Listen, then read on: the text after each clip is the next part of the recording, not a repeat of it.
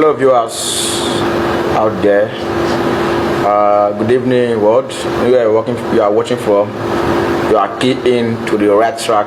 You are on with Chris Osa meeting with personalities.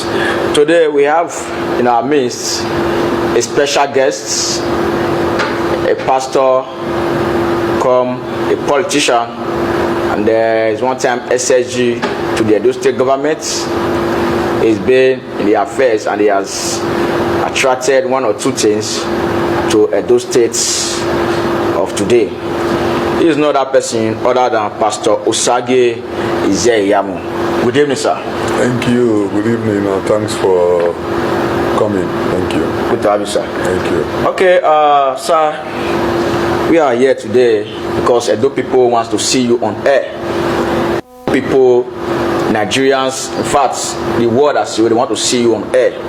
They want to know some things about you as it concerns the politics of Edo State. That is why I am here today, sir. You know, we heard of some things. We saw some things in the course of you coming to the APC again. You know, so a lot of people would like to know, among all these fracas that happened while we were coming, sir, what are your experience so far in the APC? Well, thank you very much. Coming back to the APC is actually a homecoming, and overwhelmingly from across the country and even across the states, a lot of APC members have been very warm, very receptive, very excited. I get calls almost every hour. Ordinary members, ESCO members, welcoming me back to a party that we helped to form. The small fracas you mentioned was engineered by a very insignificant but visible group. But their activity, of course, do not reflect the view of majority of members. And of course, you know that any well-thinking party member would welcome more people coming to their fold, especially those who were there with them before. So it's been homecoming, and some of the things that played out, even though regrettable, but in politics some of these things are not unexpected, and I just took it in my stride. What is important is that I'm focused. I want to add value to the party. I want to help the party to become stronger, and we are doing just that. And I want to thank all those who have welcomed me at the world level, at the local government level, at the state level. And of course, I cannot fail to thank the national chairman, Comrade Adams Oshomole, who has been in the forefront of ensuring that new members are welcomed and going out of his way to even receive them and welcome them back to the party. I think that is how it should be, and I thank him profusely. All right, thank you, sir. Talking about you coming to APC, you said it's been your house, you're a founding member of the APC, you know, so it's homecoming again. Talking about it, sir, according to some who've had some persons insinuating that your stay in APC will be short, that the moment you don't get the APC tickets, that you are likely to quit the party again. So I know this question is kind of kind of skeptical, and I needed to bring to you, sir. Thank you. Well, the truth is that so that could not have been the issue. We had disagreements about the way the congresses were being conducted all over the state, and some of us felt that they were not doing the right thing, and there was a lot of agitation, a lot of anger, And we had a couple of meetings, and majority of those who we worked together were of the view that we should leave. So I left APC then, not because I wanted governorship and I did not get it, because governorship had not even come. I left APC then in 2014, and the governorship primaries was done in 2016. So that was 2 years after. And then of course, I came to PDP. You also recall that I got the ticket. So in all fairness, one cannot say that I left the PDP because I'm not getting the ticket. So the point I'm trying to make is that, yes, you know, I've had to make adjustments where I believe that things are not being done properly. But a lot of times I've also been guided by those I lead and those who believe in me. I don't believe in politics you just take arbitrary decisions.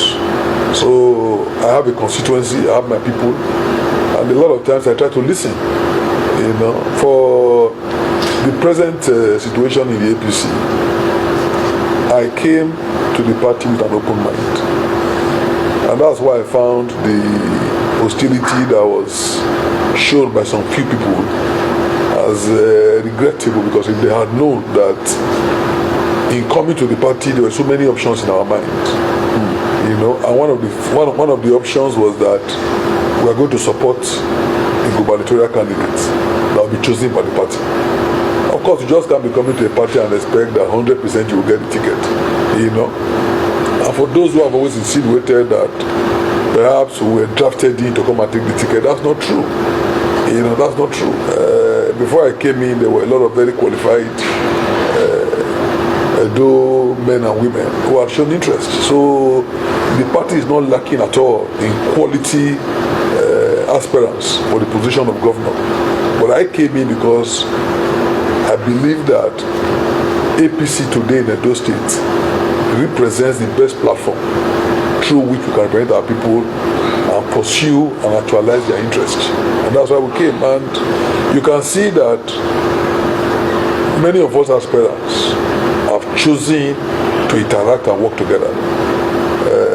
Myself, General Adiawe, Engineer Chris Okemoyi, Dr. Paul Sodubu, Honorable Saude, Wulekwe, Professor Amadasun, are people who have expressed here and there. I think, of course, Chief Solomon Edebiri, people who have expressed here and there their interest in governorship.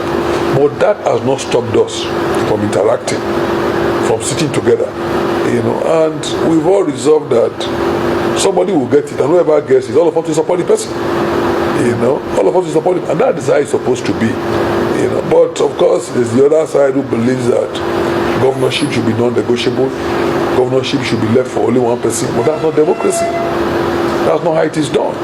You know, and the other method is that it's either you know, support that agenda or you are crushed. But I know people have not been cowards, and we are not cowards. We believe in engagement, we believe in dialogue, but for many of us, we are ready to concede to the party position. Whoever the party wants, fine. And if by the grace of God, it happens that the party also chooses us, we also expect the same level of grace from them, whereby they too will concede. I don't see any reason for any agitation if we understand how democracy works. You know, we must go through primaries. Somebody eventually will get elected. And we expect every genuine party man and woman to support the person. I have no intention of leaving the party simply because the party have chosen somebody and I'm not the person. That would be very wrong. That would be ridiculous. And I'm not going to allow that kind of stigma, you know, to be put on me.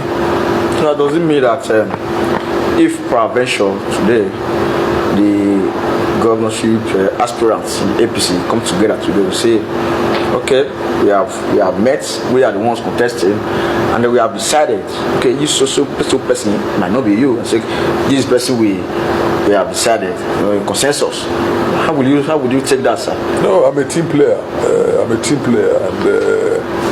And I think if we can get to the level where we can actually engage ourselves, interface, and come up with a consensus, it saves a lot of money, a lot of stress, a lot of bitterness, a lot of rivalry, you know.